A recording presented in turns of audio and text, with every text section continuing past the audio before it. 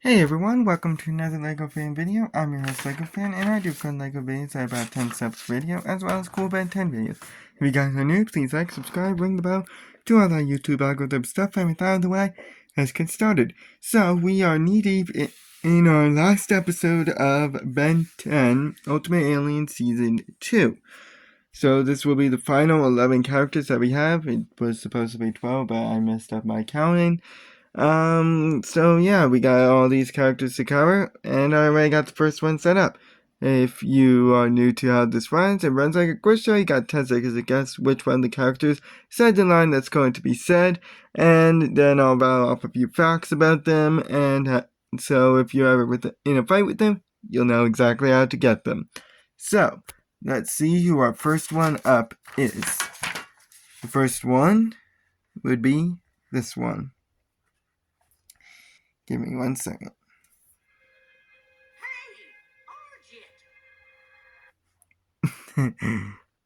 Of these characters, which one said that line? 10 seconds, good luck.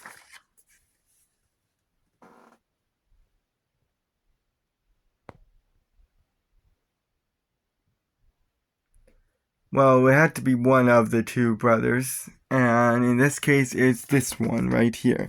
This is dumber of the two, Rhomboid Vreedle. He's a Vreedle, only appearing in Enemy of My Enemy, where he and his brother, Rhomboid, who we'll get to later, were thrown into Plumber's Academy in order to become plumbers. Most of the time they were actually seen eating in the cafeteria, but in the end they actually arrested Archer for his crimes and locked him up. So he can breathe in space and has a wide arsenal of laser guns, which he's pretty accurate with, as well as having a rocket launcher, and can break through mana shields himself. He's also very strong, has plumber armor and gear, as well as a nuclear fusion grenade launcher, and it's often allied with his brother, Octagon. And it's also relentless with his brother. They are repo men after all, and it's pretty durable, and they also can't be killed. His body then just will clone into another one, and they retain the memory and still retain their stupidity, but that's a whole different story. Clearly he is the dumber of the two and can be distracted by bubble wrap. He also tends to underestimate his opponents and overreacts at some points. He also can be a coward, he can't read alien, and tends to be a shoot first escalator kind of guy. The next one up is this one. The Plumbers Academy strikes one as a somewhat improbable place to find an intergalactic reprobate such as yourself. Of these characters, which one said that line? 10 seconds, good luck.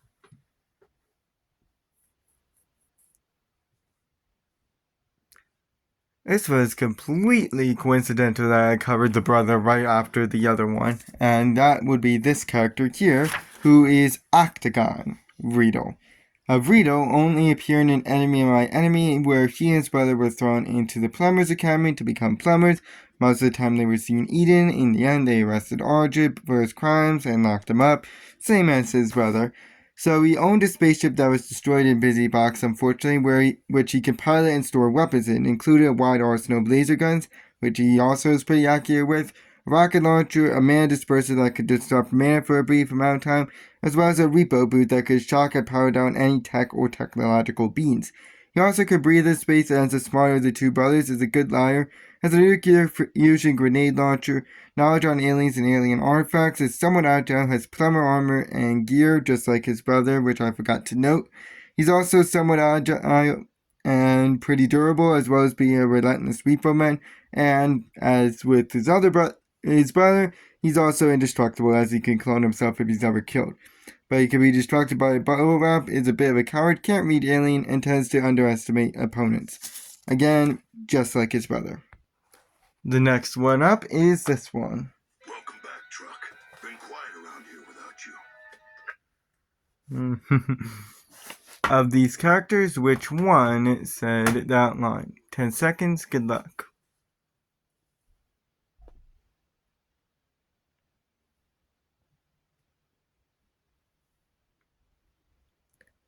So I did include Truck, but I did decide to include this one because he did have an overall impact on the episode, and that is Quince. Quince, however you say it. It's unknown what his species is and only appeared in Nor Ironbar's cage, where he was Quirrell's friend till the end in the flashbacks. And in the present day, he acted as Karen's moral compass throughout the episode, aiding both him and Ben in trying to make sure he does not kill more. And by the end, when the prison was destroyed and everything, he decided to be an honest criminal and keep doing time in the No Void prison, despite the fact that he could just walk away a free man. So he's a hard and honest worker within the minds of the place, and often acts as the voice of reason, and seems to be the leader of all the prisoners and can be friendly to everyone. But he can be honest to a fault and is not someone who looks for a fight. He tends to just be a peaceful person. The next one up has their first line of Motion denied. Motion to ignore him for 1,000 years, at which point we set him on fire for a second 1,000 years. ouch. Of these characters, which one said that? 10 seconds, good luck.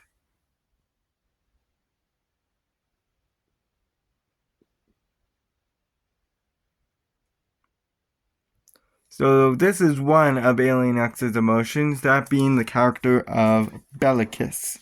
He is one part of a celestial sapient, being the voice of anger and aggression within Alien X, and only appeared in Forge of Creation, where Ben decided to change into said alien to talk to the two emotions and to figure out where the Forge of Creation is. But they were unfortunately saddened by the fact that they were actually locked away within the Omnitrix and started arguing with each other before Ben was forcibly changed back by Paradox. So like Alien X, he can warp reality to his will, and despite the constant argument with Serena, he cares for her and shows sympathy when Ben hurts her feelings. But since he is the voice of rage and aggression, he's often quick to anger and could care less about the lives of anyone, and can't do anything without Serena agreeing with it, and is the hardest emotion of Alien X to agree with, as he's stubborn and not easily swayed. The next one up is JT and Cash are on the case. of these characters, which one said that? 10 seconds, good luck.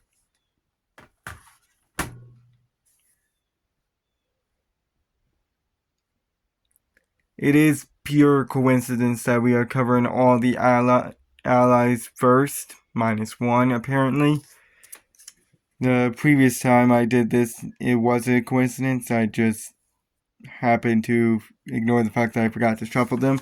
This time it actually is pure coincidence. I'm picking from everywhere in the little pile below me.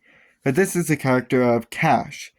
He's a human, only appearing in reflected glory, like JT, working with Oliver and JT to film and star in a webcast, claiming that they were the brains behind Ben's glory, and which led them to get in trouble with Siphon. They managed to actually take out Siphon with the power decoupler, but the camera unfortunately stopped filming, so they all abandoned him and JT, not believing he actually did have a part in taking him out. So he's a good baseball and soccer player as well as a good team player, can be somewhat aggressive and semi-strong, at least strong enough to push Kevin's car with help, has his own webcast/vlog, and is somewhat smart and has kept track of what Ben has done over the past few seasons. But can be arrogant, is not smart, and often acts childish and immature, and is somewhat of a coward. Alright, let's cover the next character, which is Ben Tennyson. Motion to greet our honored guest and hear him out.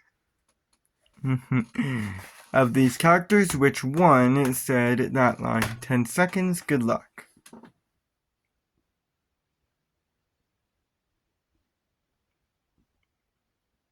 I hate when I cover all of them at once, because it just makes it obvious who it is. It's Serena, by the way, who is this character here. She is the other part of Alien X, in the voice of Love, essentially, and only appeared in Forge of Creation, where Ben changed into Alien X in order to talk to the two emotions to try and find the location of the Forge of Creation. However, they were sad that they were locked away and started arguing with each other before Ben was forcibly changed back by Paradox. So she is part of Alien X, being able to bend and warp reality to her will, and is the voice of love and compassion in Alien X, so she is more sympathetic and easily swayed. But is useless if Bellicus can't agree with her, which is very hard. Well, that was coincidence that I covered all the allies in one go. For real, that actually was a coincidence. And now we'll cover one of the villains, who says this. Who approaches the sacred temple? So, of these remaining characters, which one said that? 10 seconds, good luck.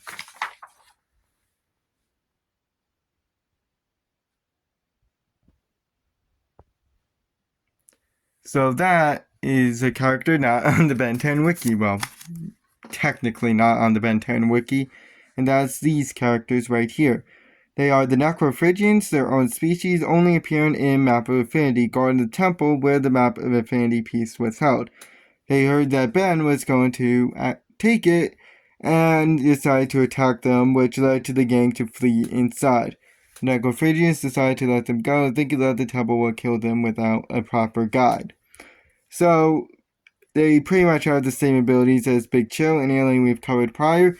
So they can fly, have a cloaked form, are very fast and agile, as well as having quick reactions, being able to breathe in space, as well as being able to freeze people / encase them in ice, and can go invisible and intangible. Anything they pass through will freeze. They also have freeze breath, which can be a powerful wind gust or just a cool breeze, and it seems they can also manipulate the shape of the ice can take, and it can come from their breath. And this could be a powerful gust to freeze a large area. They are also durable and can freeze objects like armors and roadways, as well as deflect a flamethrower with its breath, and are somewhat strong, can eat metal, drink molten metal, and are immune to mana, or at least can resist it to a certain degree. They can also form / grow ice crystals, and as a result make it snow. These can also come from the ground, and as a unique ability for them, they also can shoot these ice crystals from their mouth. Wow, that's gotta be painful. Anyways, but special attack can make them visible to others. They can be caught in a net and have to think to go invisible. If caught off guard, they won't be able to. They can run out of breath which knows their powers. They can be harmed by their own ice crystals. They can be electrocuted. They can be frozen. And their visibility will be known by others who can go invisible as well. Well, the next character up is... I absorb them. All their power is mine. Ooh, that's gonna end badly. Of these characters, which one said that? 10 seconds, good luck.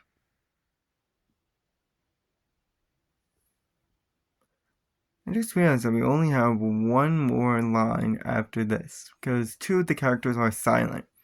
But this character is the other main antagonist. At long last we get to him, that being the character of Ultimate Aggregor.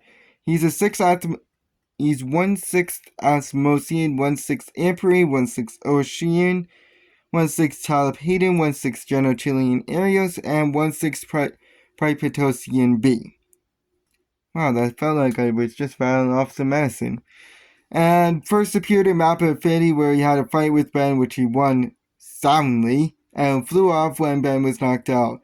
Then at the end, he grabbed the map piece while taunting the gang and walked away with it.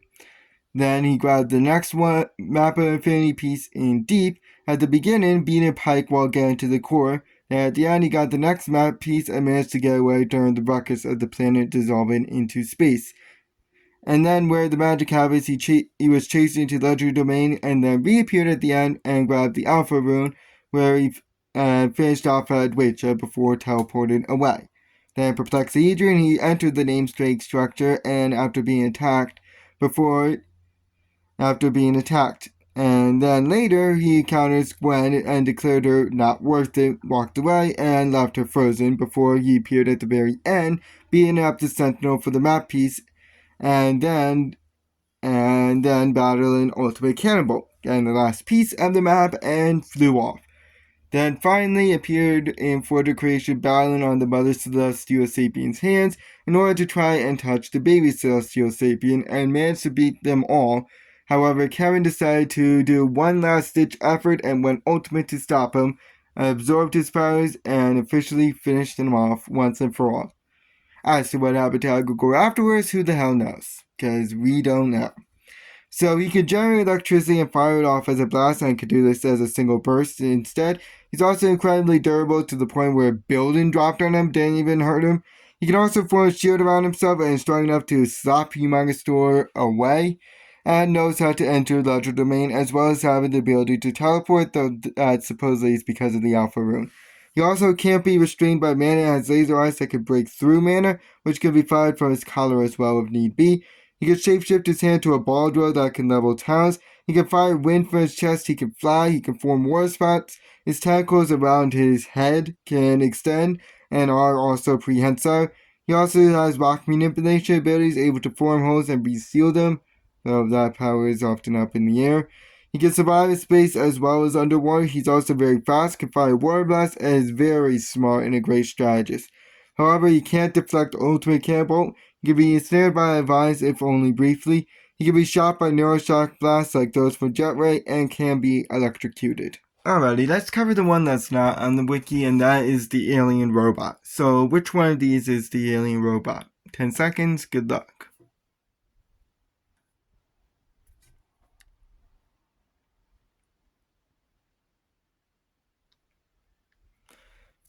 I honestly think this thing looks like a bread loaf, but that's just me. So this is the alien robot. He's a robot, clearly, and only appeared in Reflected Glory, where it crash landed on Earth unactivated when and the Forever Knights wanted to get it, and they battled near it, and it never awoke until Cash stupidly decided to awaken it by touching it. This caused it to awaken and start fighting the gang, but then was dismantled by Terra Spin after it spun really fast and it couldn't handle it. So it's extremely durable to the point where it might actually be impenetrable. It's also pretty strong and can't be restrained by mana, but it can only be activated if someone decides to touch it. And it's also not fast, it can be taken apart by high winds. The next character up has their first line of this. Yeah, my lord. We have the visual confirmation on the fallen object. Of these characters, which one said that line? 10 seconds, good luck.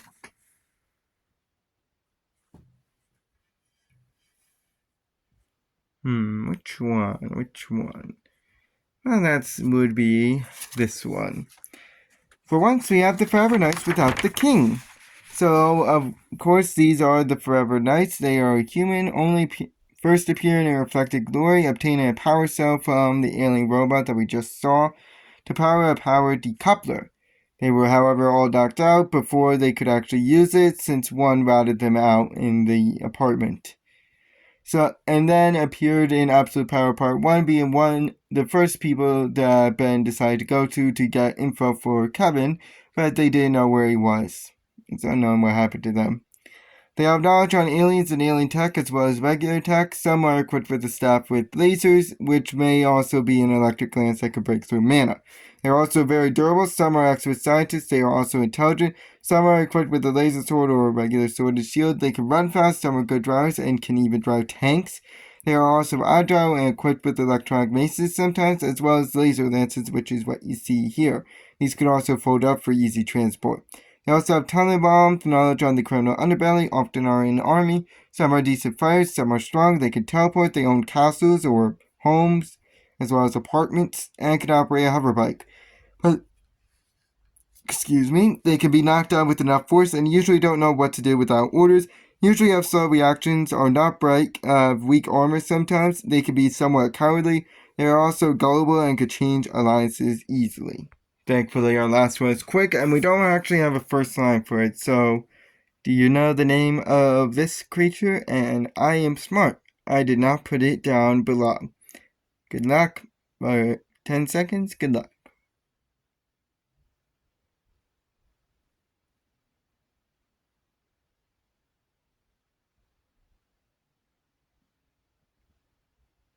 I may have left a hint. I don't know if I can actually spell his name with Yeah, no, I can't. But this is the character of Alien X, a celestial sapien only briefly appearing in Forger Creation in an attempt to learn where the namesake place is. Unfortunately, the two emotions that we covered earlier were upset with Ben that they were locked away for so long, so he learned nothing and Paradox decided to forcibly switch him out of this form, so that way he can tell him himself. We don't have much in terms of powers for this guy. Well, when we get to Omniverse, this guy becomes, well, he lives up to his name as to the most powerful Ben 10 alien. For now, all we know that he could do is reverse time as well as hover in place. And the reason why we don't have a lot of abilities on him is because in order for Alien X to actually do anything, all three voices in his head, Serena, Bellicus, and Ben, have to agree on doing said thing. Otherwise, he's immobile and can't do anything. You can also say he's pretty durable as well, considering all things considering, because I mean you have to be pretty durable if your the whole spiel is I can alter reality, but my three voices won't let me. Well, that is all for the Ben 10. I don't know if I'm going to get to Lego. I might not. Who knows?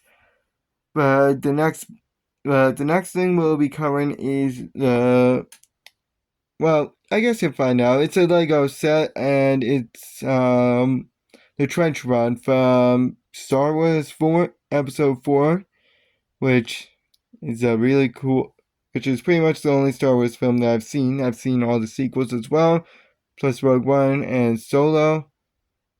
And then the only TV show of Star Wars I saw is the Freemaker Adventures, which is no longer available. If you look that series up, trust me, it's worth it. It's a Lego series, I know. I'm a Lego fan clearly, but that series is well worth it. It essentially takes place from episode 4. Essentially, it takes place during the events of episode 4, ending with, between episode 4 all the way up to the last of the original, because the final battle is actually in the core of the second Death Star. Yeah. So that will be built next. And then we had the first part of the first part of Ultimate Alien Season 3, which will be covering the first 10 episodes, the transmogrification of Eunice, all the way up to Ben 10,000 returns. So we got a few different new characters and a few returning characters. See you guys then. So long.